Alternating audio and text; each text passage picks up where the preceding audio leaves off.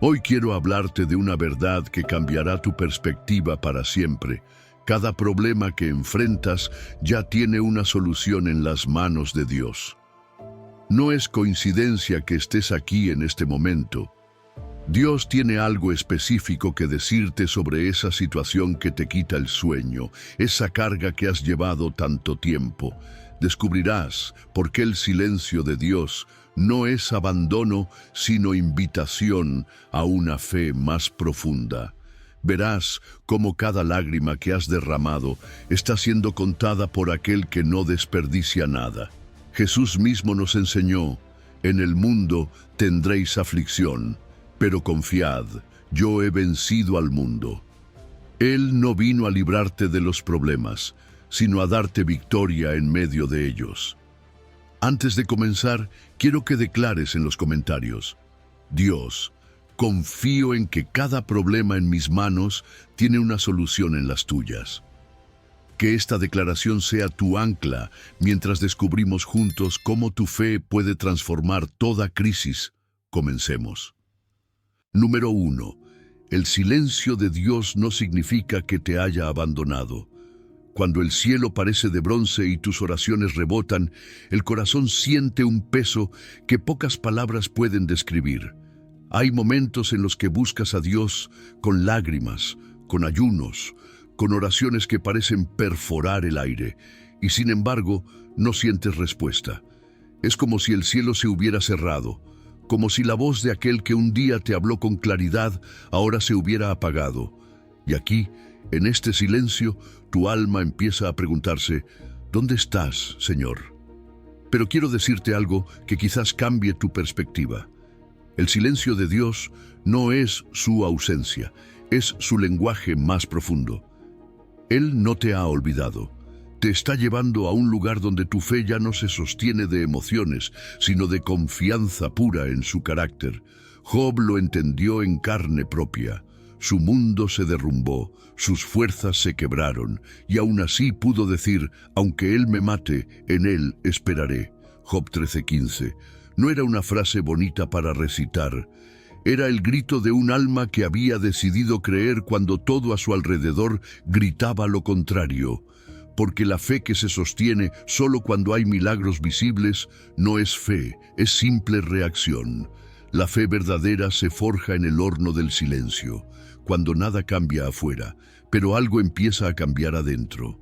Los padres del desierto hablaban de este vacío como una escuela sagrada.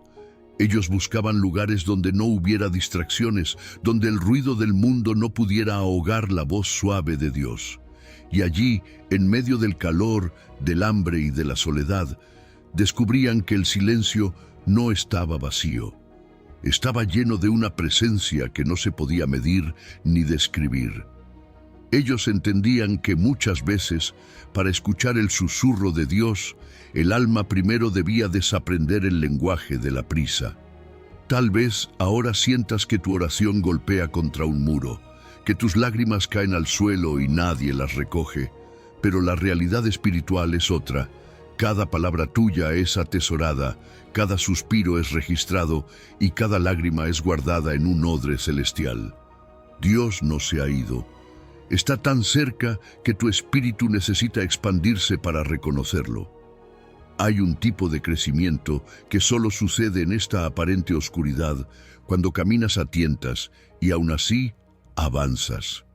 Santa Teresa de Ávila y San Juan de la Cruz llamaban a esto la noche oscura del alma. No es un castigo, sino una purificación. Dios retira por un momento las sensaciones de su presencia para que aprendas a amarlo, no por lo que te da, sino por lo que Él es. Es como cuando un padre suelta por un instante la mano de su hijo para enseñarle a caminar. No lo abandona, lo fortalece, y al final, ese hijo descubre que puede caminar con pasos más firmes y seguros. En estos tiempos de aparente sequedad, el alma se ve obligada a hundir sus raíces más profundo. Es como un árbol en medio del verano más seco. No hay agua en la superficie, así que debe buscarla en lo más hondo de la tierra. Allí, en lo invisible, encuentra corrientes que le permiten seguir vivo. Así es la fe que crece en el silencio. Se nutre de aguas subterráneas, de promesas que no caducan, de verdades que no dependen de lo que ven los ojos. Por eso, si hoy sientes que Dios no responde, no te apresures a concluir que te ha dejado. El silencio puede ser una invitación a entrar a un lugar más profundo. Tal vez Él quiere que dejes de buscar señales externas y empieces a percibir su voz en el latido de tu propio corazón. Tal vez te está preparando para un amanecer espiritual que solo llega después de la noche más oscura.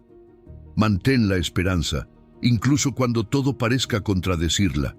Recuerda que, aunque no sientas nada, aunque las circunstancias no cambien de inmediato, la fidelidad de Dios no depende de tu percepción. Él sigue obrando en lo oculto, alineando piezas que tú aún no puedes ver. Tu tarea ahora no es entenderlo todo, sino mantener encendida la lámpara de la fe. Quizás Dios no está ausente en tu silencio. Quizás está tan presente que tu alma necesita ensancharse para contener su inmensidad. Este aparente vacío puede ser el espacio donde Él está sembrando algo que florecerá en su tiempo perfecto. No apresures el proceso, no fuerces la respuesta. Quédate quieto, confía y espera, porque en sus manos, incluso el silencio es una promesa. Y cuando menos lo esperes, la voz que ahora parece lejana resonará en lo profundo de tu ser con una claridad que te hará comprender que nunca estuviste solo. Número 2. Tu dolor no es castigo, es el fuego que purifica tu alma. El fuego que no destruye, sino que revela el oro que llevas dentro, no es un fuego cualquiera. Es el fuego que viene de la mano de Dios, el que no quema para consumir, sino que arde para purificar. El profeta Malaquías lo dijo con la precisión de quien entiende los procesos divinos. Él se sentará para afinar y limpiar la plata. Malaquías 3:3. No es casual que la imagen sea la de un orfebre sentado, vigilante, atento a cada chispa y a cada cambio de color del metal. Porque así es el corazón de Dios contigo en medio de la prueba. No te pierde de vista ni un solo instante. Cuando el dolor llega, la primera reacción humana es pensar que algo se está rompiendo o que estamos perdiendo lo que amamos. Pero en el ámbito espiritual, el sufrimiento redentor tiene otra lógica. No destruye lo esencial, sino que separa lo eterno de lo pasajero.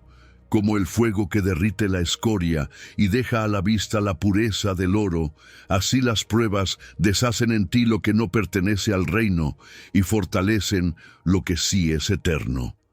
En la vida espiritual hay diferentes grados de purificación. Hay momentos en los que el fuego es suave, apenas tibio, como para limpiar el polvo del alma, y hay otros en los que arde con una intensidad que parece insoportable porque está preparando tu espíritu para una obra mayor. Dios, que es el maestro refinador, sabe exactamente qué temperatura necesita tu fe en cada etapa. Él no se apresura ni se retrasa, porque conoce la medida perfecta para que el proceso no sea en vano.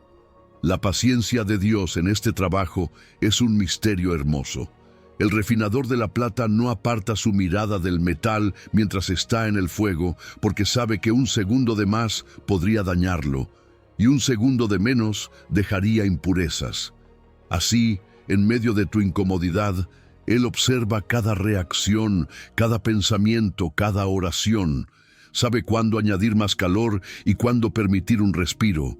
Aunque tú lo sientas distante, su mirada está fija en ti, esperando el momento exacto en que tu vida refleje su rostro. No todo dolor proviene de Dios, y no todo sufrimiento produce fruto. Existe un sufrimiento destructivo que nace del pecado y la injusticia, y que busca apagar la fe. Pero existe también el sufrimiento redentor, aquel que Dios permite para formar en ti virtudes que no podrían nacer de otra manera. Como el oro, que no se forma en los días soleados, sino en la presión de la tierra y el calor intenso, Así la fortaleza, la humildad y la perseverancia crecen en medio de la adversidad. Imagina tu alma como un metal precioso. Tal vez ahora no brilla porque está cubierta de impurezas acumuladas por el tiempo, el miedo, las dudas y el orgullo. El fuego no viene para cambiar tu esencia, sino para revelar lo que siempre estuvo en ti, pero escondido. Cada chispa que sientes, cada dolor que enfrentas, cada renuncia que haces en obediencia, es una parte de esa escoria desprendiéndose, dejando a la vista la belleza que Dios diseñó desde el principio. En este proceso, el ojo del refinador nunca se aparta.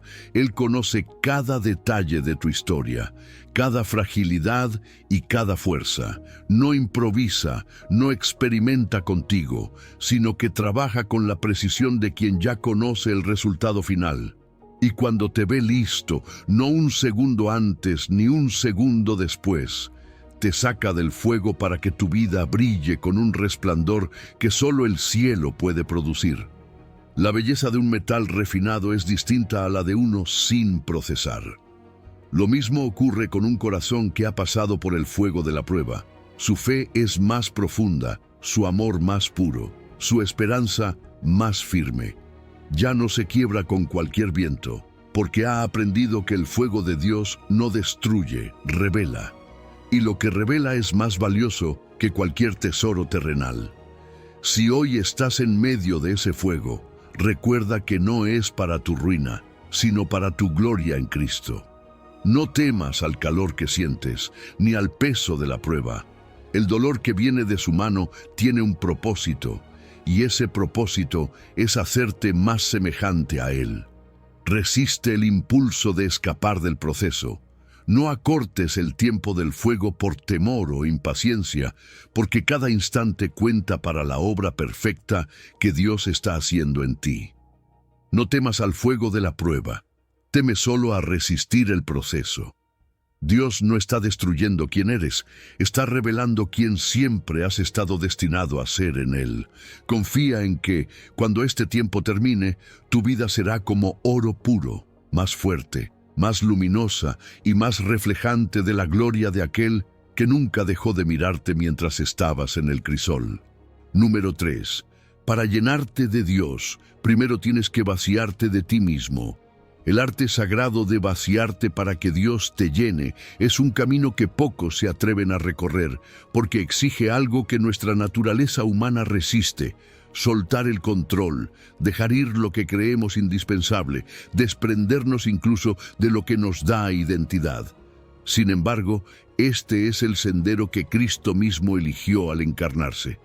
Como nos recuerda la carta a los Filipenses, se despojó a sí mismo, tomando forma de siervo. Filipenses 2:7. Jesús, siendo Dios, no se aferró a su posición divina, sino que voluntariamente la dejó a un lado para obedecer al Padre y cumplir el plan de redención. Este es el corazón de la kénosis, un vaciamiento voluntario que no empobrece, sino que abre la puerta a la plenitud más alta. Hay una gran diferencia entre perder algo por imposición y entregarlo voluntariamente en obediencia a Dios. La pérdida impuesta puede producir resentimiento, pero el despojamiento voluntario produce libertad. Cuando algo nos es arrancado a la fuerza, sentimos que nos quitan parte de nuestra vida. Pero cuando decidimos ponerlo en las manos de Dios, ocurre un misterio. El acto mismo de soltar se convierte en adoración. Este vaciamiento no es una negación de nuestro valor, sino un reconocimiento de que nuestro verdadero valor está en Él y no en lo que poseemos o controlamos. El vacío que Dios produce en nosotros no es como el vacío del abandono o de la soledad humana. Es un vacío santo, un espacio creado con propósito, como el hueco en una vasija que la hace útil. Si el recipiente está lleno de nuestra autosuficiencia, de nuestras agendas, de nuestros planes, no hay espacio para que el vino nuevo de su gracia sea derramado. A veces, lo que interpretamos como pérdida es, en realidad, Dios quitando lo que ocupa un lugar que le pertenece a Él, La paradoja del reino es que para ganar la vida, primero hay que perderla. Jesús lo dijo con claridad: el que quiera salvar su vida, la perderá, pero el que la pierda por causa de él, la encontrará. Esto no significa dejar de existir, sino desprenderse de esa falsa seguridad que nos ata al mundo. Al perder lo que creemos que nos define, descubrimos lo que realmente nos sostiene: la vida de Cristo en nosotros. La humildad es el motor de este proceso, y no hablo de una humildad pasiva que se limita a aceptar cualquier cosa, sino de una humildad activa que elige conscientemente el camino del servicio, del desprendimiento y de la obediencia. Cristo no fue obligado a vaciarse, Él lo eligió. De igual manera, tú y yo estamos llamados a tomar esa decisión cada día, soltar el orgullo, despojarnos de la autosuficiencia y dejar que Dios llene el espacio que queda. En este camino, los apegos son los mayores obstáculos. No hablo solo de bienes materiales, sino de todo aquello que ocupa nuestro corazón más que Dios. Relaciones, logros, títulos, incluso ministerios. Un apego es cualquier cosa que no podríamos soltar sin sentir que nos quedamos sin sentido o sin identidad. Pero cuando soltamos esos apegos, descubrimos una libertad que no depende de las circunstancias. La verdadera libertad no es hacer lo que queramos, sino vivir sin que nada excepto Dios nos posea. También es importante discernir la diferencia entre un vaciamiento divino y uno destructivo. Hay personas y circunstancias que intentan vaciarnos para debilitarnos, para dejar un hueco lleno de desesperanza. Pero el vaciamiento que viene de Dios no deja un hueco muerto, sino un espacio fértil, listo para ser llenado con su presencia. La clave está en el fruto que produce. El vaciamiento destructivo te deja roto, el vaciamiento divino te deja expectante. En la práctica, este vaciamiento puede tomar muchas formas: un llamado a servir donde nadie ve, la renuncia a un plan personal para obedecer a Dios, la entrega de una herida para no vivir desde la amargura, o la disposición a esperar en silencio hasta que Él hable. En cada caso, el principio es el mismo: soltar para recibir algo mejor. Y aunque duela, cada cosa que Dios te pide soltar es para hacer lugar a algo mayor que Él quiere darte. Si te pide que vacíes tus manos, es porque está a punto de llenarlas con algo que excede tu entendimiento. No se puede recibir el maná del cielo si seguimos aferrados al pan viejo que ya perdió su frescura. El vaciamiento no es pérdida, sino preparación. Es el taller de Dios, donde Él esculpe el espacio necesario para su plenitud. No temas el momento en que Él te invite a soltar. Teme más bien a vivir aferrado a lo que no te permite crecer, porque el día que te vacíes para Él, conocerás una llenura que no puede compararse con nada que hayas experimentado antes. Confía en sus manos vaciadoras, porque esas mismas manos son las que formaron el universo y saben exactamente cómo formar tu corazón. Número 4. Dios nunca llega tarde, solo opera en tiempos que no entiendes. Cuando tu reloj marca prisa, pero el reloj de Dios marca perfección, el alma es confrontada con una verdad que incomoda. No todo lo que quieres ahora es lo que Dios quiere darte ahora. Eclesiastés capítulo 3, verso 1, lo declara con una sencillez que desarma nuestras ansias. Todo tiene su tiempo, y todo lo que se quiere debajo del cielo tiene su hora.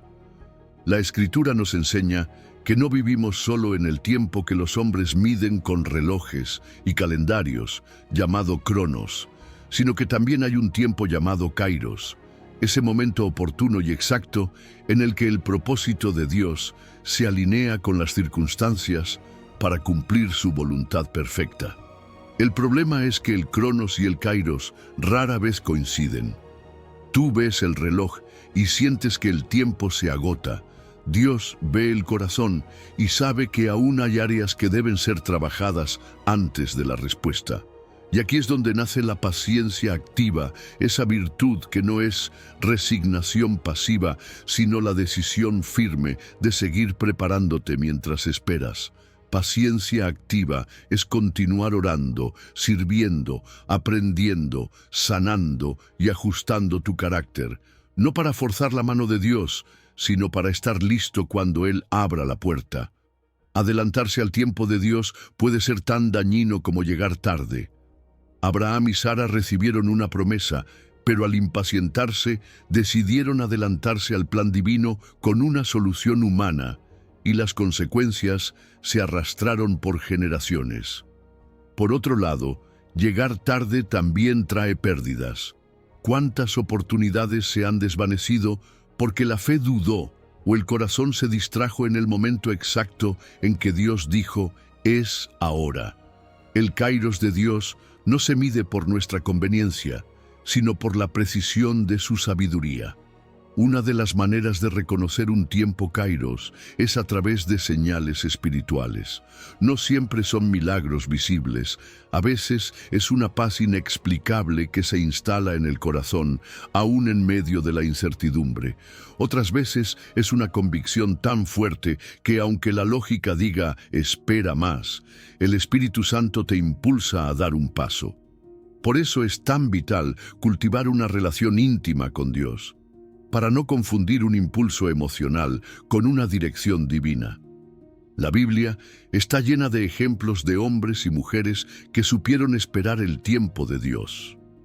José tuvo sueños de grandeza, pero esperó años, incluso en prisión, hasta que el kairos de Dios lo levantó como gobernador.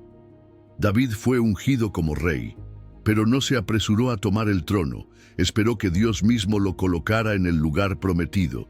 Jesús, antes de iniciar su ministerio, esperó 30 años de preparación, y cuando llegó el kairos, todo se desencadenó con poder y orden perfecto. A veces interpretamos las demoras de Dios como indiferencia, pero en realidad son parte de su estrategia. Lo que para ti parece un retraso, para Él es la preparación del escenario. Mientras tú esperas la respuesta, Él está moviendo piezas invisibles, tocando corazones, abriendo caminos y cerrando puertas que no te convienen. Su aparente silencio es, muchas veces, el eco de un trabajo profundo que aún no puedes ver. El tiempo de espera no es tiempo perdido. Es un taller divino donde Dios pule tu carácter, fortalece tu fe y afina tu discernimiento. Es la temporada en la que aprendes a depender más de su voz que de tus propios planes. Allí descubres que no necesitas tener todo resuelto para tener paz, porque tu paz no está en el resultado, sino en la certeza de que Él tiene el control. La paz, de hecho, es uno de los indicadores más claros del kairos de Dios. No es la paz que viene porque todo está perfecto, sino aquella que permanece incluso cuando las circunstancias siguen siendo inciertas. Si lo que estás a punto de hacer te roba la paz del alma, probablemente no sea el tiempo de Dios, por más lógica o conveniente que parezca la oportunidad. Por eso, cuando sientas que tu reloj interno te grita, corre, detente y escucha al Señor. Él sabe cuándo es el momento exacto para abrir las puertas que ahora permanecen cerradas. Si intentas forzarlas antes de tiempo, te encontrarás con luchas que no estabas llamado a pelear y cargas que no estabas preparado para llevar. Los relojes miden tiempo, pero solo Dios conoce los momentos. Y cuando aprendes a moverte a su ritmo, descubres que su tiempo siempre es perfecto, aunque rara vez sea rápido. Así que hoy, si estás tentado a desesperarte, recuerda que tu Padre no llega tarde. Estás sincronizando cada latido de tu vida con su propósito eterno.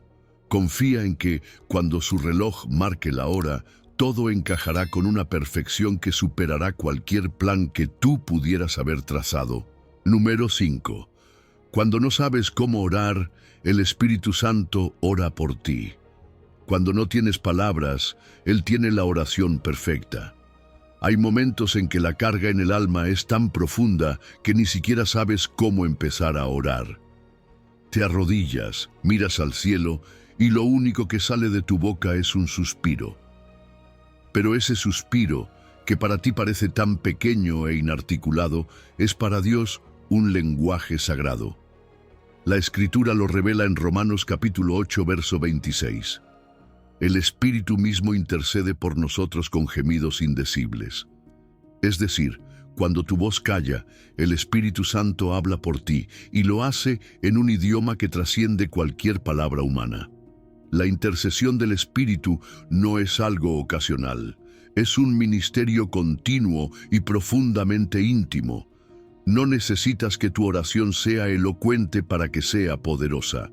La oración que el Espíritu eleva al Padre desde lo profundo de tu ser no está limitada por tu vocabulario ni afectada por tus distracciones. Es perfecta porque fluye desde la comunión eterna que el Espíritu tiene con el Padre y el Hijo. Él conoce la voluntad de Dios y conoce tu necesidad y actúa como puente perfecto entre ambas realidades. Los gemidos indecibles de los que habla la palabra son un misterio glorioso.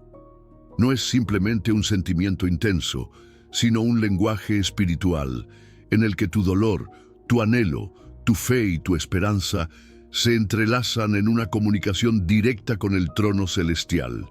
Es el Espíritu Santo tomando tu fragilidad y transformándola en oración pura, sin contaminación de duda, sin interrupción de miedo. Este es un recordatorio precioso.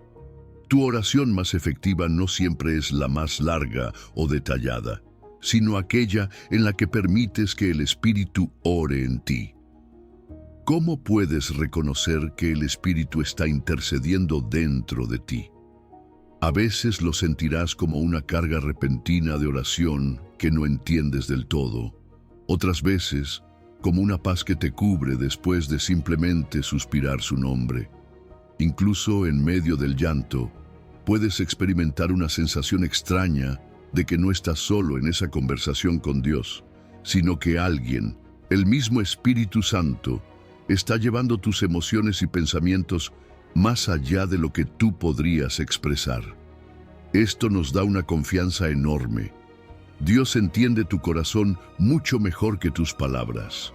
Puedes quedarte en silencio y saber que Él no solo escucha tu silencio, sino que lo traduce en el lenguaje del cielo. Es la diferencia entre una oración intelectual, construida con esfuerzo mental, y una oración pneumatológica, inspirada y dirigida por el Espíritu. La primera nace de tu capacidad, la segunda de su poder. Los suspiros del alma pueden convertirse en semillas de un avivamiento interior. Cada vez que te presentas ante Dios con un corazón abierto, aunque no tengas frases estructuradas, le estás permitiendo al Espíritu regar tu interior con la presencia divina. Es en estos momentos donde la dimensión trinitaria de tu vida espiritual se hace más evidente. Tú sufres. Cristo intercede por ti como sumo sacerdote y el Espíritu Santo ora desde dentro de ti con total exactitud. El Padre recibe esa oración y responde no según tus limitaciones, sino según su amor eterno. Cooperar con la intercesión del Espíritu significa no resistirla. A veces intentamos llenar los vacíos de silencio con palabras apresuradas, como si el silencio fuera un problema que corregir. Pero hay momentos en que el silencio, acompañado de un corazón abierto, es la oración más profunda que puedes ofrecer. Permite que el Espíritu dirija esos tiempos. Si sientes el impulso de adorar en medio de una lágrima, hazlo. Si tu boca se abre y salen palabras que no entiendes, pero que brotan con fuerza, no las detengas. Confía en que el Espíritu está orando de manera más perfecta de lo que podrías imaginar. También es importante comprender que este ministerio del Espíritu es especialmente vital en temporadas de lucha y confusión. Cuando las circunstancias parecen opacas, cuando las respuestas no llegan y la fe parece frágil, es cuando más necesitamos descansar en esta realidad. No oramos solos. Hay una voz divina dentro de nosotros que se eleva al cielo incluso cuando nuestras fuerzas se agotan. Así que, la próxima vez que sientas que no tienes palabras para orar, no te frustres. Respira profundo y recuerda que cada suspiro tuyo es un eco en el corazón de Dios. El Espíritu Santo está tomando tu dolor, tu amor, tu necesidad y tu gratitud, y las está convirtiendo en una oración perfecta, libre de toda imperfección humana. Cuando tu corazón no encuentre palabras, recuerda que el Espíritu Santo está traduciendo cada suspiro tuyo en la oración perfecta. Nunca ora solo, siempre ora Dios en ti. Y si Él está orando en ti, puedes estar seguro de que el cielo ya está respondiendo, incluso antes de que veas el resultado. Porque la respuesta de Dios no depende de tu elocuencia, sino de su amor, y ese amor nunca falla. Número 6. El corazón quebrantado ve verdades que el corazón intacto no puede. Lo que ves con ojos llorosos que nunca viste con ojos secos es un conocimiento que no se aprende en libros ni se memoriza en clases. Se descubre en el valle, cuando el alma se quiebra y el corazón sangra delante de Dios. En esos momentos, las palabras de las Escrituras dejan de ser teoría para convertirse en alimento de vida. Es lo que les pasó a los discípulos de Emaús, que después de la desolación por la muerte de Jesús dijeron: «¿No ardía nuestro corazón en nosotros mientras nos hablaba en el camino?». Lucas 24:32. El dolor les había afinado los oídos para reconocer la voz del Maestro de una forma que nunca antes habían experimentado. El quebrantamiento actúa como una lente espiritual. Cuando la vida se rompe, la visión se depura. Las prioridades cambian y lo que antes parecía urgente pierde fuerza frente a lo verdaderamente esencial. El sufrimiento, aunque no lo entendamos, limpia la mirada interior. Nos enseña a leer no solo las letras de la Biblia, sino los silencios, las pausas y las promesas que se esconden entre líneas. Es como si cada lágrima lavara una capa de orgullo o autosuficiencia, dejándonos más capaces de recibir lo que Dios quiere mostrar. Hay una diferencia notable entre el conocimiento teológico y la sabiduría experiencial. El primero se puede adquirir con estudio, la segunda solo se forma cuando la teoría se enfrenta con la vida real. Puedes saber que Dios es fiel porque lo leíste. Pero es otra cosa afirmarlo después de haber pasado por una noche oscura en la que Él fue tu único sostén. El corazón roto entiende la fidelidad de Dios, no solo como concepto, sino como experiencia viva que marcó cada fibra del ser. El dolor nos hace más receptivos a la consolación divina porque derriba las defensas que solemos levantar. Cuando estamos fuertes, creemos que podemos sostenernos solos. Cuando estamos rotos, sabemos que no podemos. Es entonces cuando la voz del Consolador penetra más hondo, porque ya no está compitiendo con la voz de nuestra autosuficiencia. Es en la debilidad donde se perfecciona su poder, y en la vulnerabilidad donde nos atrevemos a recibir un amor que antes quizá creíamos innecesario. De este proceso también nace una autoridad espiritual que no se puede falsificar. No es la autoridad del que habla desde un púlpito, sino del que ha sobrevivido al fuego con el rostro marcado por la presencia de Dios. El quebrantamiento legítimo nos hace testigos auténticos. Podemos decir: yo sé que Él sana, porque lo hemos visto en nuestras propias grietas. Y esa autoridad no se impone, se transmite con la quietud de quien ha estado en la presencia del Altísimo. Los discípulos de Emaús son un ejemplo claro de cómo el sufrimiento puede abrir un entendimiento nuevo. Caminaban cabizbajos sin reconocer a Jesús que iba junto a ellos. Fue solo después de escucharle, de compartir el pan y de mirar hacia atrás en medio de su dolor, que pudieron interpretar correctamente lo que había sucedido. Así es la hermenéutica del corazón roto, una interpretación de la vida y de la palabra que se hace a la luz de la experiencia y la revelación divina. Esto contrasta con la hermenéutica puramente mental, que intenta comprenderlo todo desde la lógica. El corazón roto lee la Biblia con lágrimas, y esas lágrimas son como tinta invisible que revela sentidos que antes permanecían ocultos. Aprende a conectar cada palabra con el latido sufriente de Cristo, a entender que Él no es ajeno a nuestra condición, sino que fue varón de dolores, experimentado en quebranto. El dolor nos sintoniza con su compasión, y desde esa sintonía entendemos verdades que no se perciben desde la comodidad. El Valle de Lágrimas es, paradójicamente, un lugar de sabiduría. Allí aprendes a reconocer la voz de Dios entre muchas voces, porque en el dolor no tienes energía para escuchar las que no importan. Allí comprendes que el amor de Dios no siempre evita el sufrimiento, pero siempre lo redime.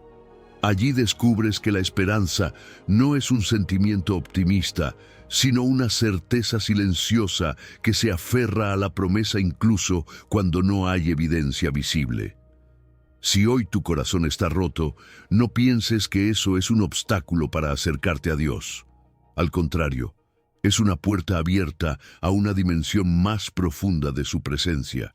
Puede que ahora no lo entiendas, pero estás viendo con ojos llorosos cosas que nunca viste con ojos secos. Cada grieta en tu corazón puede convertirse en una ventana por donde la luz de Dios entre con más fuerza. Número 7. En la economía de Dios, ninguna lágrima se desperdicia. En la contabilidad de Dios, ninguna lágrima es pérdida.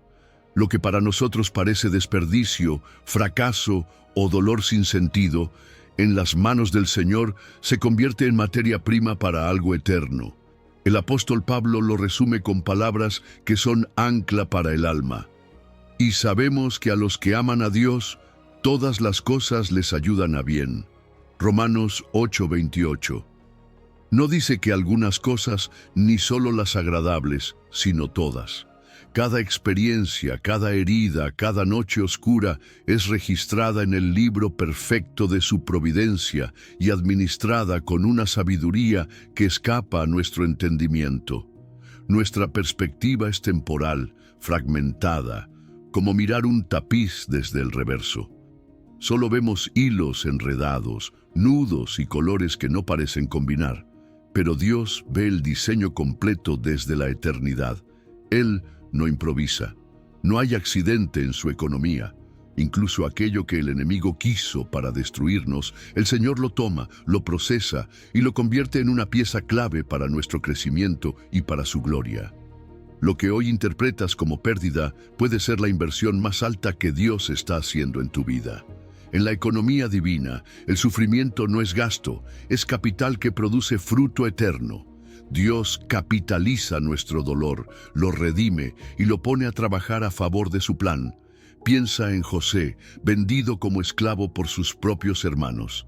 Años de injusticia y traición podrían haber parecido un desperdicio de vida, pero cuando se encontró con ellos pudo decir: «Vosotros pensasteis mal contra mí, mas Dios lo encaminó a bien». Lo que parecía ruina, Dios lo transformó en un canal de salvación para muchos. Aquí es importante distinguir entre explicar el mal y confiar en el bien final. No siempre entenderás por qué sucedió algo, y Dios no siempre nos da una explicación detallada, pero su promesa no depende de tu comprensión. La fe no se fundamenta en descifrar cada misterio, sino en confiar en el carácter de aquel que sabe exactamente lo que hace. Él no pierde material, no deja que una sola experiencia se desperdicie. La Biblia está llena de ejemplos de esta redención divina de situaciones imposibles. Ruth, una viuda extranjera sin esperanza humana, fue parte de la genealogía de Jesús. Moisés, que huyó al desierto como un hombre marcado por el fracaso, fue transformado en el libertador de Israel. La cruz misma, símbolo máximo de injusticia y dolor, se convirtió en el instrumento de la salvación eterna. La economía de Dios tiene esta marca: toma lo que el mundo desecha y lo convierte en tesoro.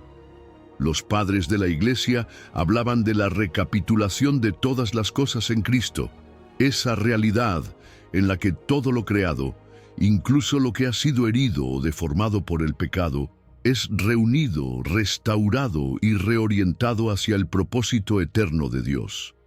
Bajo este entendimiento, nuestro sufrimiento no está aislado, sino conectado al gran plan cósmico de redención. Somos parte de una historia mayor que no termina en nuestra herida, sino en la victoria de Cristo sobre todo mal. Imagina que cada lágrima tuya es una semilla depositada en el campo de la eternidad. Puede que no veas el fruto ahora, pero germinará en un tiempo y en un lugar que solo Dios conoce. Él invierte en nuestro dolor no para que permanezcamos en él, sino para que un día podamos recoger una cosecha de consuelo, sabiduría y autoridad espiritual que sirva para bendecir a otros. Por eso Pablo decía que Dios nos consuela en todas nuestras tribulaciones para que podamos consolar a los que están en cualquier tribulación. En la economía del cielo nada es solo para ti. Todo se multiplica y se comparte. Esto nos invita a vivir con una confianza radical. Si realmente creemos que Dios no desperdicia nada, podemos enfrentar las pruebas sin temor al vacío. Podemos dejar de medir nuestras pérdidas como pérdidas y empezar a verlas como inversiones en manos de un administrador perfecto. Y cuando la tentación de desesperar nos visite, podemos recordar que el saldo final de la contabilidad divina siempre es a nuestro favor, porque la cruz ya pagó todo déficit y la resurrección aseguró toda ganancia. Dios no desperdicia nada. Tu dolor no es pérdida sino inversión. Tu lágrima no es gasto sino semilla. Confía en su economía perfecta que siempre produce ganancia eterna. Y mientras esperas el día en que veas el fruto completo de lo que hoy no entiendes, descansa en la certeza de que el Señor está obrando, no solo en lo que puedes ver, sino también en lo que aún permanece invisible. En sus manos, incluso lo más roto se convierte en capital para la eternidad. Número 8. Tu dolor te conecta con millones de santos que te entienden. Tu dolor te conecta con una nube de testigos que entiende. Quizás ahora pienses que nadie puede comprender la magnitud de lo que llevas dentro, que tu cruz es única y que tu camino está marcado por una soledad inevitable. Pero la verdad espiritual es otra. Cada paso de tu sufrimiento está inscrito en una historia mayor, en la comunión invisible de todos los que han sufrido por causa de Cristo y han permanecido firmes. Pablo lo expresó con una convicción que trasciende los siglos. Ahora me gozo en lo que padezco por vosotros y cumplo en mi carne lo que falta de las aflicciones de Cristo. Colosenses 1:24. No hablaba de un dolor aislado, sino de una participación mística, una conexión real con los padecimientos del mismo Señor y con su cuerpo, que es la Iglesia. La participación mística en los sufrimientos de Cristo no es una metáfora poética, es una realidad espiritual profunda. Cuando sufres por tu fe, por mantenerte íntegro, por amar cuando sería más fácil endurecer el corazón, te unes de manera misteriosa a aquel que llevó sobre sí el dolor del mundo. Tus lágrimas se mezclan con las que Él derramó en Getsemaní. Tus silencios heridos se unen a su silencio ante los que le acusaban injustamente. Tu cansancio se refleja en sus pasos hacia el Gólgota. Y al compartir su carga, entras también en una comunión con todos los que han caminado este mismo sendero antes que tú. Esta comunión invisible no está limitada por el tiempo ni la geografía. Es la unión de todos los santos que han sufrido, de aquellos cuyos nombres conocemos y de millones que quedaron ocultos para la historia, pero no para el cielo. Cuando tu corazón se siente desgarrado, estás más cerca de Esteban viendo el cielo abierto, de Pablo escribiendo cartas desde una celda, de los mártires que cantaban himnos en medio de las llamas, de creyentes anónimos que en la oscuridad de su dolor Ofrecieron todo a Dios como un acto de amor. En la economía del reino, tu sufrimiento contribuye al cuerpo místico de Cristo. No es un dolor estéril, sino una ofrenda que fortalece, inspira y edifica a otros, incluso si nunca los conoces en esta vida. Así como las oraciones invisibles de otros te han sostenido sin que lo supieras, tu fidelidad en la prueba se convierte en un río subterráneo que alimenta la fe de quienes aún no han enfrentado sus propias tormentas. Aquí es donde debemos distinguir entre estar solo y sentirse solo. Puedes estar físicamente sin compañía, pero espiritualmente jamás estás aislado. La nube de testigos de la que habla Hebreos capítulo 12, verso 1, es real. Son aquellos que han terminado la carrera y ahora te animan desde las gradas celestiales, recordándote que es posible perseverar, que la meta vale la pena, que no estás corriendo en vano. Esa compañía no siempre se siente con los sentidos, pero es tan real como la presencia de Dios que te sostiene. Los mártires y santos son modelos de un sufrimiento redentor que no termina en el dolor, sino en la gloria. Ellos muestran que la fe no es probada en los días fáciles, sino en la adversidad que no logra apagarla. Y aunque sus contextos fueron distintos, todos comparten contigo algo esencial. Aprendieron a confiar en medio de la incertidumbre y a amar en medio de la pérdida. Existe también una misteriosa solidaridad cósmica en el sufrimiento y la esperanza. En Cristo, todo dolor redimido se une en un solo clamor, un solo canto, una sola ofrenda que el Padre recibe como incienso precioso. Tus oraciones, aunque parezcan débiles, se mezclan con las de todos los que han orado desde la necesidad y la fe. Tus lágrimas se suman a un océano espiritual que un día Dios enjugará por completo, cumpliendo la promesa de Apocalipsis, que ya no habrá más llanto, ni clamor, ni dolor. Esta realidad debe cambiar la manera en que enfrentas la prueba. No estás luchando por sobrevivir únicamente por ti. Eres parte de un tejido eterno, de un cuerpo vivo que comparte cargas y victorias. Puedes levantar la cabeza y decir, no estoy caminando solo. Mis pasos resuenan junto a los de millones que han pasado antes por este valle y han llegado al otro lado, sostenidos por la misma mano que hoy me sostiene. Tu dolor no es solitario, sino solidario.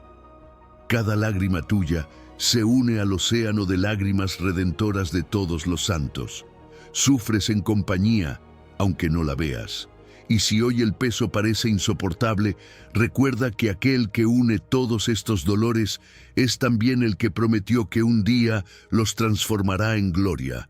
Confía en que esta comunión invisible es real y que en ella hay fuerza, consuelo y esperanza para seguir adelante hasta que la carrera termine. Número 9. Lo que está muriendo en ti es semilla de algo mejor. Lo que muere en ti no es el final, sino la semilla del comienzo.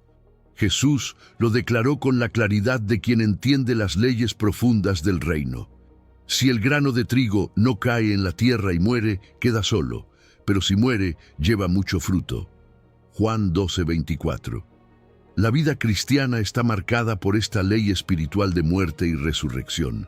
No se trata solo de la muerte física, sino de esos procesos internos donde Dios nos pide soltar, dejar ir y permitir que ciertas partes de nuestro ego, de nuestras ambiciones o de nuestras formas antiguas de vivir mueran para dar paso a algo nuevo que Él quiere hacer florecer. La muerte destructiva es la que viene del pecado, del quebranto sin redención, del dolor que no se entrega a Dios.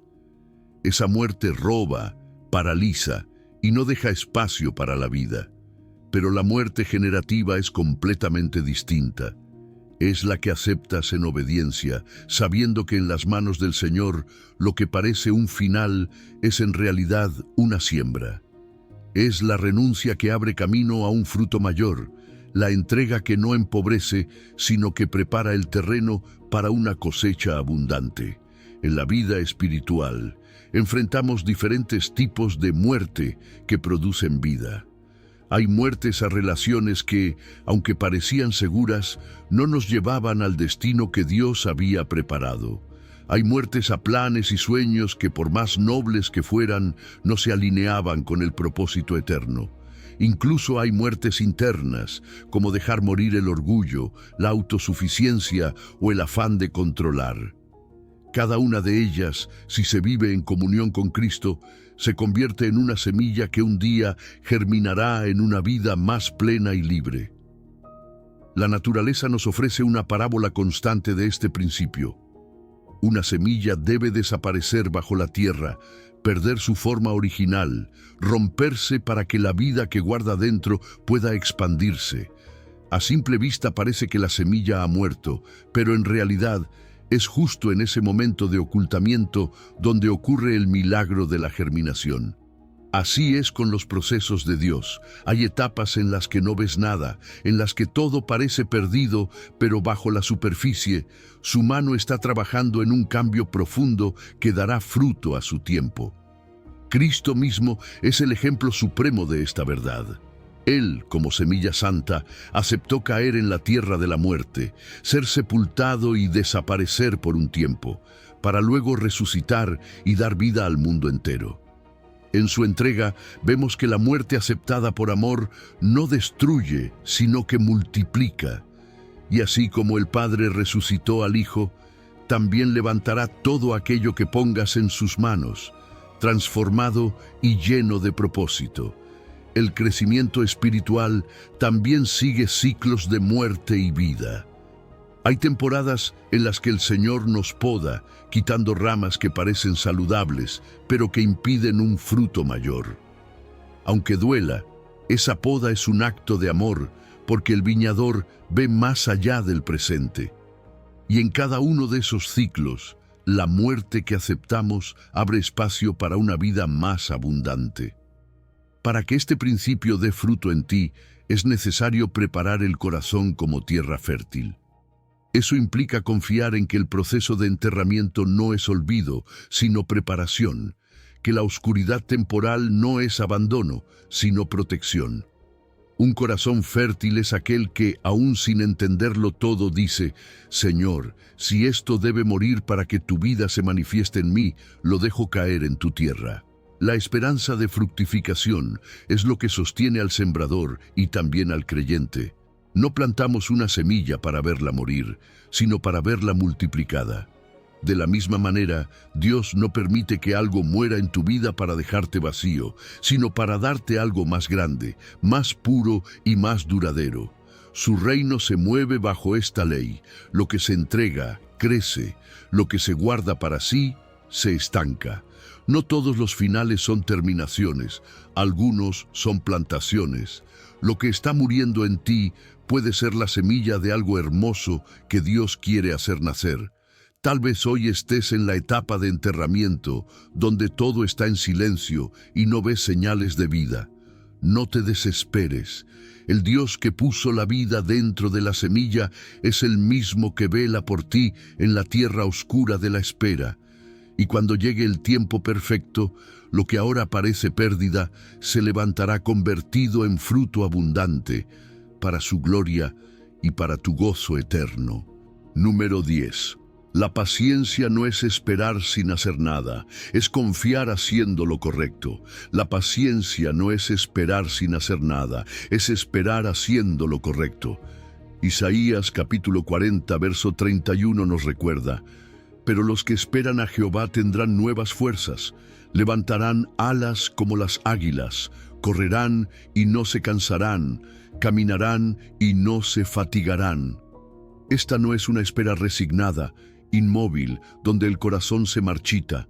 Es una espera activa, cargada de propósito, donde cada día que pasa es una oportunidad para crecer, fortalecerse y afinar el oído a la voz de Dios. La diferencia entre una espera pasiva y una espera activa es radical. La espera pasiva se queda estancada, mirando el reloj, contando las horas con impaciencia. La espera activa, en cambio, es la que se entrega al proceso con obediencia, invirtiendo el tiempo en lo que agrada a Dios, preparándose para cuando llegue el momento señalado. Así como un agricultor no se sienta a observar el campo vacío, sino que lo cuida, lo abona y lo protege, así el creyente que espera en el Señor cultiva su vida espiritual, aun cuando todavía no ve el fruto. La paciencia en Dios no es debilidad, es fuerza espiritual. No se trata de aguantar con dientes apretados, sino de permanecer con el corazón firme, confiando en que el tiempo de Dios siempre es perfecto. En el silencio de la espera, Él está entrenando tu fe para resistir vientos más fuertes. Está afinando tu carácter para sostener la bendición que vendrá. La paciencia es como un músculo. Solo se fortalece cuando se ejercita bajo tensión. El peligro de la prisa espiritual es real. Muchas veces, por querer adelantarnos al plan de Dios, terminamos tomando decisiones que nos cuestan años de restauración.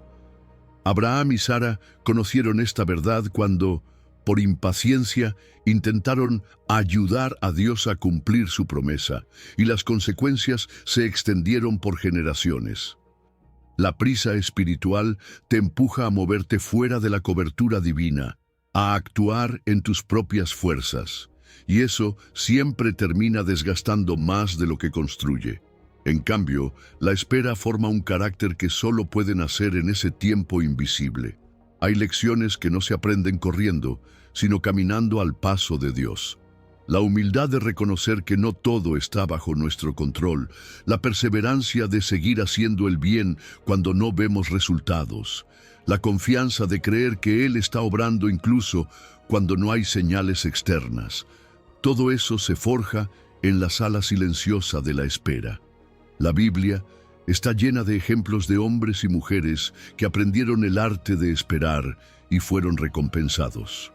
José esperó años en la oscuridad de una prisión antes de ver cumplidos sus sueños. David esperó pacientemente para ocupar el trono que ya le había sido prometido. Ana esperó entre lágrimas hasta ver nacer a Samuel. Ninguno de ellos desperdició la espera. La convirtieron en un tiempo de comunión más profunda con Dios, y esa preparación les permitió sostener lo que Él les dio después. La cultura actual desprecia la espera. Vivimos en la era de la inmediatez, donde un retraso de segundos ya produce frustración, pero el reino de Dios no se rige por relojes humanos, sino por el tiempo eterno. Lo que aquí parece tarde en el cielo llega exactamente cuando debe llegar. Y mientras esperas, Dios no está quieto.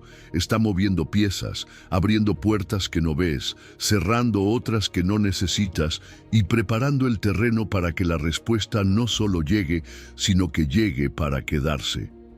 En los tiempos de espera hay actividades espirituales que alimentan el alma. La oración constante, no solo para pedir, sino para escuchar.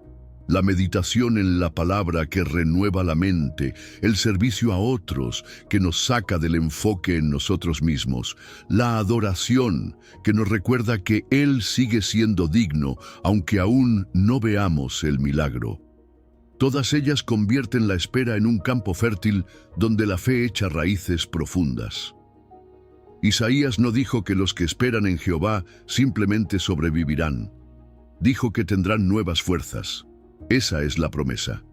En la espera, Dios no solo te mantiene, te renueva. Como el águila que se eleva por encima de las tormentas, usando el mismo viento que otros temen, así el que espera en Dios aprende a transformar la prueba en impulso, la demora en entrenamiento, el silencio en intimidad. Esperar en Dios no es tiempo perdido, sino tiempo invertido. Cada día de espera paciente es un día de crecimiento invisible. Tu paciencia está forjando tu carácter eterno. Cuando llegue el momento señalado, no solo tendrás la respuesta que esperabas, sino que serás una persona transformada, capaz de sostenerla y multiplicarla. Por eso, mientras dure la espera, sigue haciendo lo correcto, porque el Dios que te prometió es fiel para cumplirlo. Número 11. Dios no actúa al azar.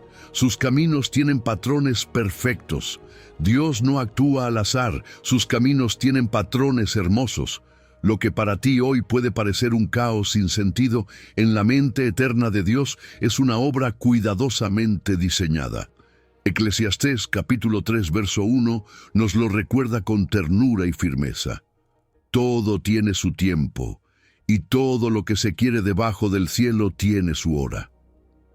No hay dolor que ocurra fuera de ese marco divino. No hay lágrima que se derrame fuera del compás del Maestro. Si observas con atención tu historia, descubrirás que las pruebas no son secuencias aleatorias, sino movimientos en una sinfonía que Él compone con precisión. Los patrones repetitivos en las Escrituras nos enseñan que el sufrimiento y la liberación siguen ritmos divinos. Israel atravesó ciclos claros: opresión, clamor, intervención divina y restauración. No fue casualidad, fue pedagogía celestial. Lo mismo ocurre en tu vida. Después de cada desierto, Dios ha preparado un oasis. Después de cada noche, una mañana. Así como las estaciones del año se suceden con fidelidad, las temporadas de tu alma tienen un orden que responde a un plan eterno. Reconocer la firma de Dios en los procesos de la vida es un acto de fe y observación.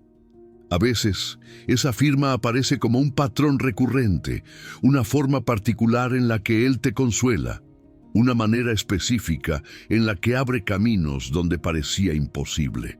Cuando empiezas a identificar esas huellas, comprendes que no estás caminando a ciegas, sino sobre un sendero trazado por una mano que conoce el final desde el principio. En los ciclos divinos de prueba y restauración hay una belleza oculta. Igual que un artista que alterna sombras y luces para dar profundidad a su obra, Dios permite contrastes en tu vida para que la gloria de su intervención sea más evidente. Las lágrimas que siembras en un tiempo de quebranto se convierten en las flores que otros verán en tu temporada de victoria. Lo que ahora parece una forma amorfa en tu lienzo, un día revelará un diseño perfecto que solo puede apreciarse cuando tomas distancia y ves el conjunto. Podríamos llamar fractales espirituales a esos patrones que se repiten en diferentes escalas de la experiencia. Lo que viviste en un problema pequeño quizás fue un ensayo para lo que enfrentarías en uno mayor. La fidelidad de Dios en lo mínimo es una sombra de su fidelidad en lo mucho. Por eso, cuando miras atrás y recuerdas cómo te sostuvo en batallas pasadas, puedes prever que su mano actuará con la misma precisión en las que hoy enfrentas. En el ámbito espiritual, los ciclos de siembra y cosecha son inevitables. Cada acto de obediencia, cada oración en secreto, cada decisión de perdonar es una semilla que sigue un patrón establecido por Dios. No germina fuera de tiempo, no madura antes de hora, pero tampoco deja de producir fruto. Esa arquitectura divina sostiene que nada en tu caminar con Él es en vano. Esta misma arquitectura subyace a todas las experiencias humanas. Lo que a simple vista parece caos, en realidad está sostenido por principios eternos. Dios no improvisa, Él construye, mide y alinea cada pieza de tu historia como un arquitecto que ya visualiza la obra terminada. Y aunque tú no puedas ver los planos completos, su palabra y su espíritu son las líneas maestras que te muestran lo suficiente para seguir confiando. Los patrones pasados predicen fidelidades futuras. Si Él te rescató ayer, lo hará mañana. Si abrió mares en tu desierto anterior, abrirá sendas en tu actual dificultad. Y así como en las Escrituras, la liberación seguía al clamor, la restauración seguirá a tu perseverancia. Esa repetición no es monotonía, es constancia divina. Hay una estética celestial incluso en el sufrimiento redentor. El dolor purifica, pero lo hace siguiendo una forma que produce belleza, más compasión, más humildad, más dependencia de Dios. Nada de esto surge por accidente. Cada línea de sombra en tu historia está diseñada para que la luz de Cristo resalte con más fuerza. Tu vida no es caos disfrazado de historia, es sinfonía dirigida por el Maestro. Los patrones de tu dolor revelan la metodología del amor divino. Y si hoy no puedes entender el sentido exacto de lo que vives, descansa en la certeza de que no hay nota fuera de lugar, no hay trazo fuera del plan. Todo tiene su hora, y en el tiempo perfecto de Dios, todo encajará como la pieza final de un mosaico que Él comenzó desde antes de que existieras. Número 12. Tus lágrimas son oraciones que Dios entiende sin traducir. Tus lágrimas son oraciones que Dios entiende perfectamente. El salmista lo expresó con una ternura que atraviesa los siglos. Tú has contado mis vagabundeos, pon mis lágrimas en tu redoma. Salmo 56, verso 8. Cada lágrima tuya es registrada, guardada y valorada por el Dios que te creó. No son gotas de agua sin sentido.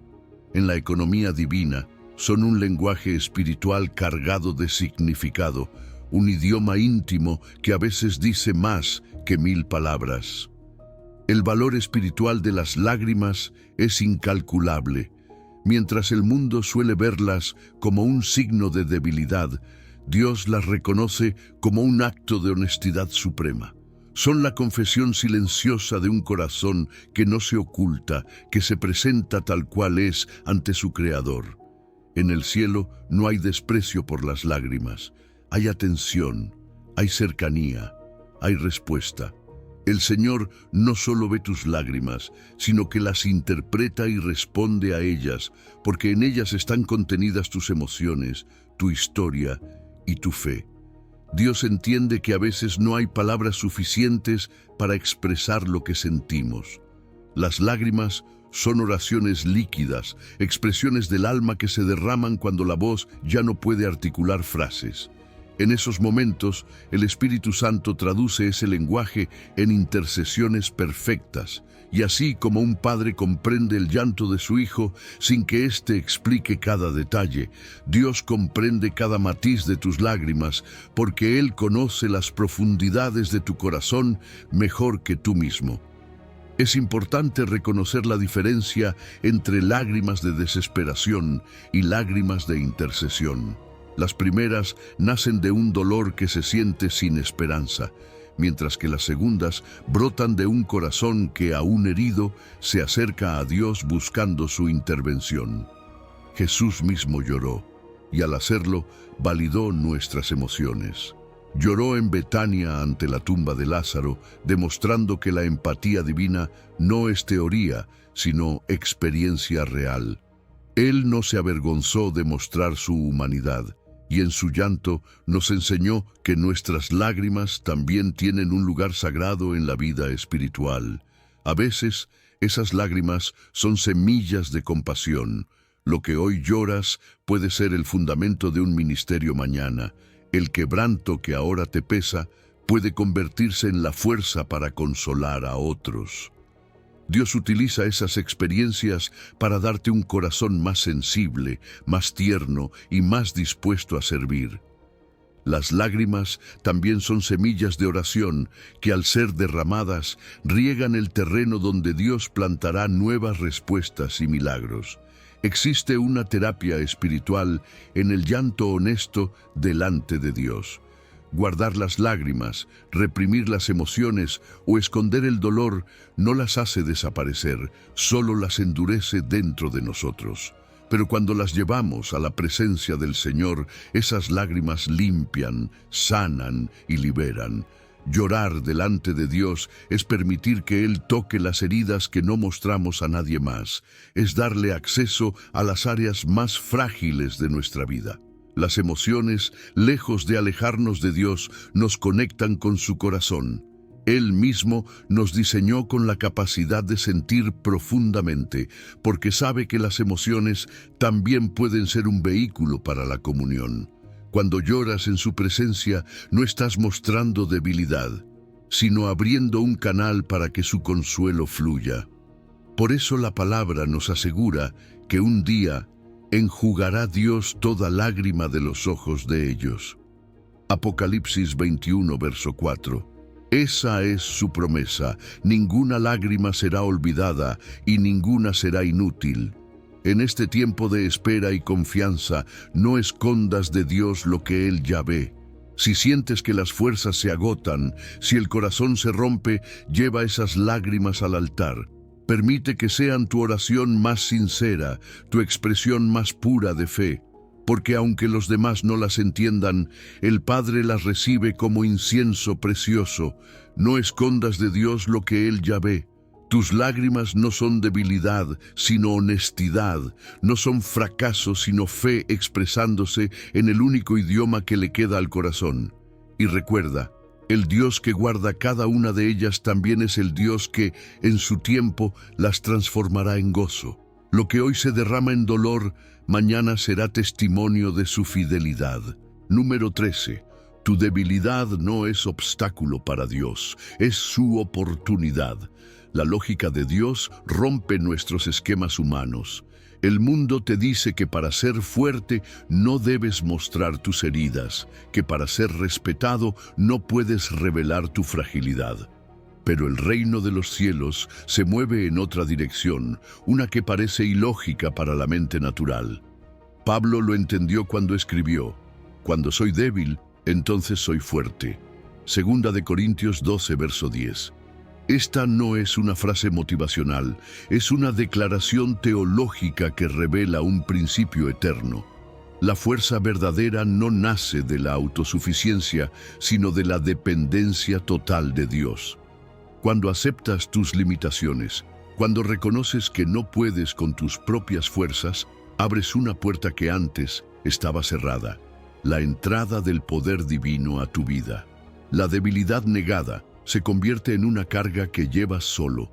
La debilidad ofrecida se transforma en un altar donde Dios derrama su gracia. El Señor no se impresiona con nuestras máscaras de fortaleza. Él busca corazones que digan: «Señor, aquí estoy. No puedo solo, pero en ti confío». Esa honestidad es la llave que abre el caudal de su poder. Pablo no habló de esta paradoja desde la teoría. Él llevaba consigo un aguijón que le causaba dolor y limitación. No sabemos exactamente qué era, pero sí sabemos que oró para que Dios lo quitara. Y la respuesta fue clara: «Bástate mi gracia, porque mi poder se perfecciona en la debilidad». En lugar de recibir una eliminación de su problema, recibió una revelación. La gracia de Dios es suficiente, y en medio de sus carencias, el poder divino se manifestaba más intensamente. Esta verdad libera. Ya no tienes que vivir bajo la presión de aparentar que todo está bajo control. No necesitas mantener una imagen de invulnerabilidad. En el reino, reconocer que eres débil no te hace menos, te hace más. Te acerca al corazón de Dios y paradójicamente te fortalece de una manera que el mundo no entiende. Las paradojas del reino siempre invierten nuestras expectativas. El que pierde su vida la gana, el que sirve es el más grande, y el que reconoce su debilidad se convierte en un testimonio vivo del poder de Dios. En esta dinámica, la vulnerabilidad no es un riesgo, es un puente. Cuando te atreves a mostrar tus luchas y tus heridas, no solo permites que otros vean la obra de Dios en ti, sino que también les das permiso para ser auténticos. El amor y la gracia fluyen más libremente cuando se derriban las murallas del orgullo. Esa transparencia crea conexiones profundas y reales, porque todos reconocemos que estamos en el mismo proceso de depender de Dios. Además, vivir así trae una libertad inmensa. Dejas de invertir energía en mantener una fachada y comienzas a invertirla en descansar en el Señor. Ya no te desgastas tratando de ser indestructible. Aprendes a ser sostenido. Esa es la fortaleza que no se agota, porque no proviene de ti, sino del Espíritu que habita en ti. La gracia se convierte en tu aire y la dependencia en tu fuerza. La suficiencia de la gracia divina no es teoría, es experiencia. La verás cuando en tu momento más débil puedas seguir adelante con paz. La sentirás cuando el dolor no haya desaparecido, pero tu fe permanezca firme. La reconocerás cuando mirando hacia atrás te des cuenta de que no fuiste tú quien atravesó la tormenta, sino Cristo en ti. Y es entonces cuando puedes decir con plena convicción: en mi debilidad, Dios no encontró un obstáculo, encontró una oportunidad. Deja de disculparte por ser humano. No escondas tus fragilidades pensando que te descalifican para los planes de Dios. Él las usa como materia prima para formar en ti una fortaleza que no se quiebra con las pruebas. Tu fragilidad no disminuye tu fe, la autentifica. Es la evidencia de que tu confianza no está en ti mismo, sino en aquel que tiene en sus manos cada problema, cada carga, cada batalla. En tu debilidad, el Señor no se aleja, se acerca, no te señala con condena, sino que te cubre con su poder. Y cuando aprendas a ver la debilidad como puerta y no como problema, descubrirás que allí, en ese lugar que pensabas que era tu punto más bajo, está el punto de contacto con la fuerza más grande que existe, la fortaleza que viene de Dios. Número 14. Mientras sufres a solas, estás sanando corazones sin saberlo. Hay dolores que se viven en silencio, lágrimas que caen cuando nadie está mirando, oraciones que solo Dios escucha. Y aunque tu corazón piense que todo eso queda encerrado en lo privado, la realidad espiritual es muy distinta. Hay un ministerio que se activa en esos momentos, un servicio invisible al reino que no se mide por aplausos ni reconocimiento humano, sino por el poder redentor que tu dolor, ofrecido a Dios, libera en el cuerpo de Cristo. Como dice la Escritura, bendito sea el Dios de toda consolación, que nos consuela en todas nuestras tribulaciones, para que podamos también nosotros consolar. Segunda de Corintios 1, versos 3 y 4. Cada consuelo que hoy recibes en medio de la tormenta, mañana será pan y agua para alguien que atraviese su propio desierto. El sufrimiento, cuando es entregado a Dios, se convierte en una semilla que germina en los campos que nunca has pisado. Es un misterio del reino. Tu quebranto de hoy puede ser la fortaleza de otro mañana. No siempre eres consciente de esto, porque el ministerio invisible no se ve, pero se siente. En el cielo se contabilizan oraciones que nunca pronunciaste con palabras, pero que se elevaron con cada suspiro, con cada lágrima, con cada vez que, aún roto, seguiste creyendo. Esa es la intercesión involuntaria del corazón quebrantado. Cuando tu fe herida clama sin que tú lo notes, y Dios la utiliza como puente para derramar gracia sobre otros. Solo quienes han atravesado el valle de sombra pueden caminar al lado de otro con verdadera empatía. El ministerio de presencia no requiere un sermón ni una lista de versículos, requiere haber sentido en carne propia lo que el otro siente. Por eso, Dios a veces no apresura el final de nuestras pruebas, está equipándonos para ser portadores de un consuelo que no se aprende en libros, sino en las profundidades de su abrazo en medio del dolor. Ahí nace una autoridad espiritual que no viene de títulos ni posiciones, sino de haber sobrevivido a la oscuridad de la noche sostenido por su luz. Hay caminos por los que tu dolor está viajando ahora mismo sin que lo sepas. Dios puede tomar tu testimonio y hacerlo llegar a oídos que jamás has visto. Puede inspirar a otros a través de tu perseverancia silenciosa. Puede levantar a alguien que estaba a punto de rendirse porque vio en ti que la fe no se apaga ni en medio del fuego. Eso es el tesoro en vasos de barro del que habla la palabra. Fragilidad humana que contiene gloria divina.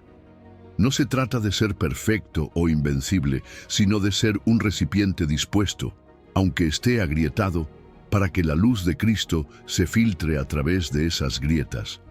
En la economía de Dios, nada de lo que pasas se desperdicia. El valle no es un lugar sin sentido, es un aula de entrenamiento para un ministerio que quizás nunca verás en esta vida. Y eso es lo hermoso. Tu servicio es tan puro que ni siquiera buscas los frutos visibles.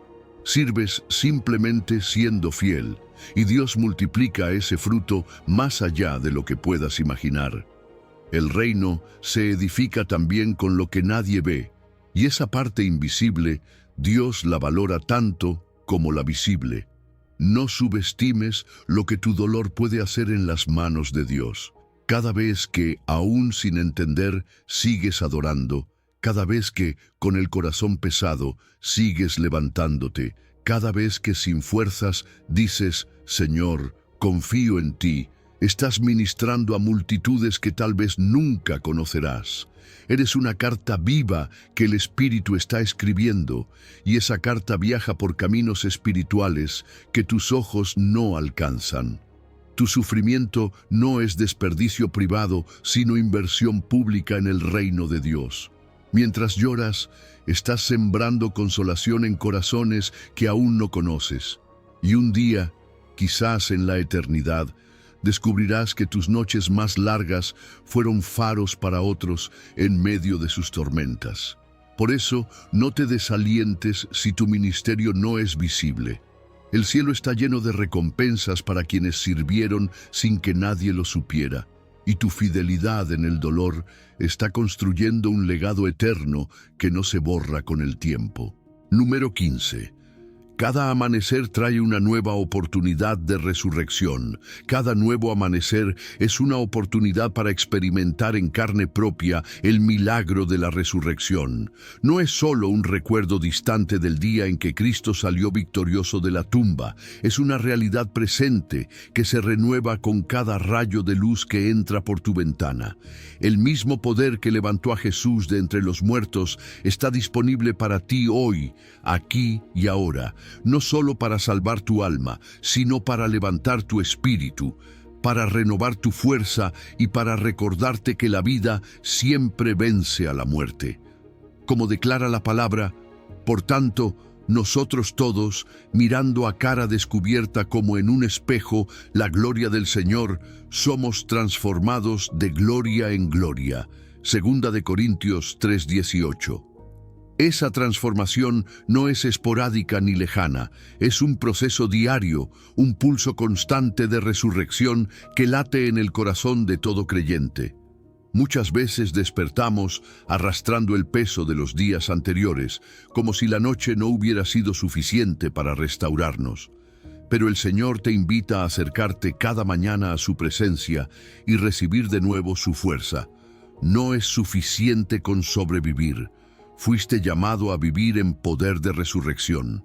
Esto significa que, aunque el mundo intente imponerte sus cargas, tú puedes levantarte con una esperanza renovada, con la certeza de que el mismo Espíritu que obró el milagro más grande de la historia está obrando en ti. Cada mañana, antes de que tus pies toquen el suelo, puedes declarar: hoy me levanto en el poder de aquel que venció la muerte. Vivir en este poder no es simplemente sentirse animado, es saber que incluso en medio de las tormentas hay una fuerza sobrenatural que te sostiene. La esperanza se convierte en tu ancla diaria. Esa esperanza no es ingenuidad ni negación de los problemas, es la firme convicción de que Dios tiene la última palabra y que ninguna circunstancia puede apagar la luz que Él encendió en ti.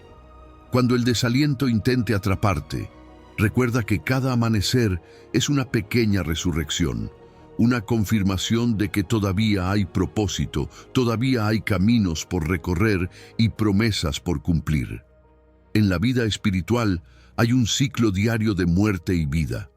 Cada noche entregamos a Dios el cansancio, las heridas y los fracasos del día. Y cada mañana recibimos una vida nueva, limpia de culpas, lista para avanzar. Así como las flores se abren con la luz del sol, tu espíritu se abre con la luz de su presencia. Esta es la renovación del hombre interior, que no depende de las circunstancias externas, sino del obrar constante del Espíritu Santo. Es lo que el profeta vio cuando dijo que sus misericordias son nuevas cada mañana. Es el recordatorio de que lo que ayer parecía definitivo hoy puede ser transformado. Este poder de resurrección diaria es también una anticipación de la resurrección final. Cada día en que eliges levantarte, confiar y avanzar, estás ensayando para ese día glorioso en que serás levantado para siempre en su presencia. Es como si cada victoria diaria sobre el desánimo fuera un eco de la gran victoria final. Y esa perspectiva cambia todo.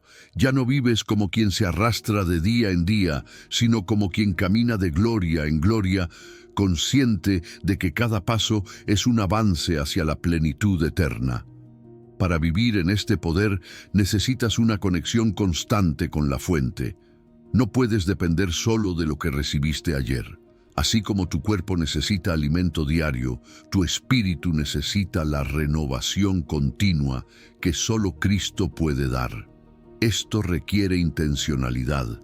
Abrir su palabra al amanecer, orar con gratitud antes de que el ruido del día te alcance, declarar en fe que nada podrá separarte de su amor. Cada vez que lo haces, es como si el cielo respirara vida sobre ti. Hoy el Señor te recuerda que no te conformes con sobrevivir otro día. No fuiste diseñado para arrastrar tu existencia, sino para caminar en victoria. El poder que resucitó a Cristo de los muertos no es una reliquia del pasado, es tu herencia presente. Toma ese poder y úsalo para enfrentar cada reto, para mirar al futuro con ojos de fe, para levantarte una y otra vez sin importar cuántas veces hayas caído. Cada mañana es tu oportunidad de experimentar que la vida siempre vence a la muerte, que la luz siempre conquista las tinieblas. Así que, cuando el sol vuelva a salir, levántate no solo del lecho, sino del temor, del cansancio y de la desesperanza.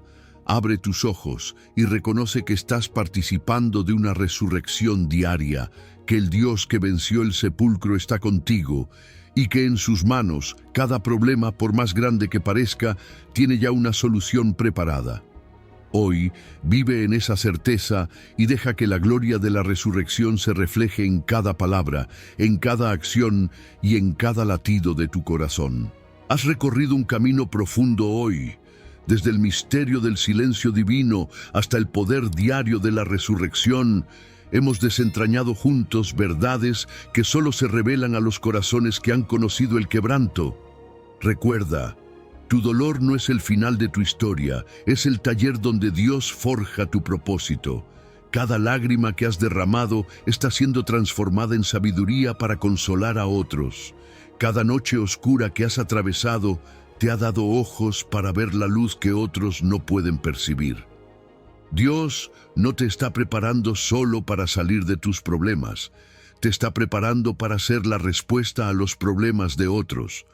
Tu quebranto se convertirá en tu ministerio, tu dolor en tu plataforma de servicio.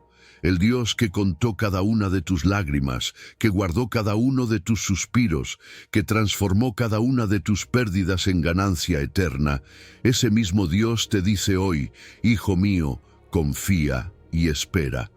Mi tiempo es perfecto, mis soluciones son completas y mi amor por ti no falla.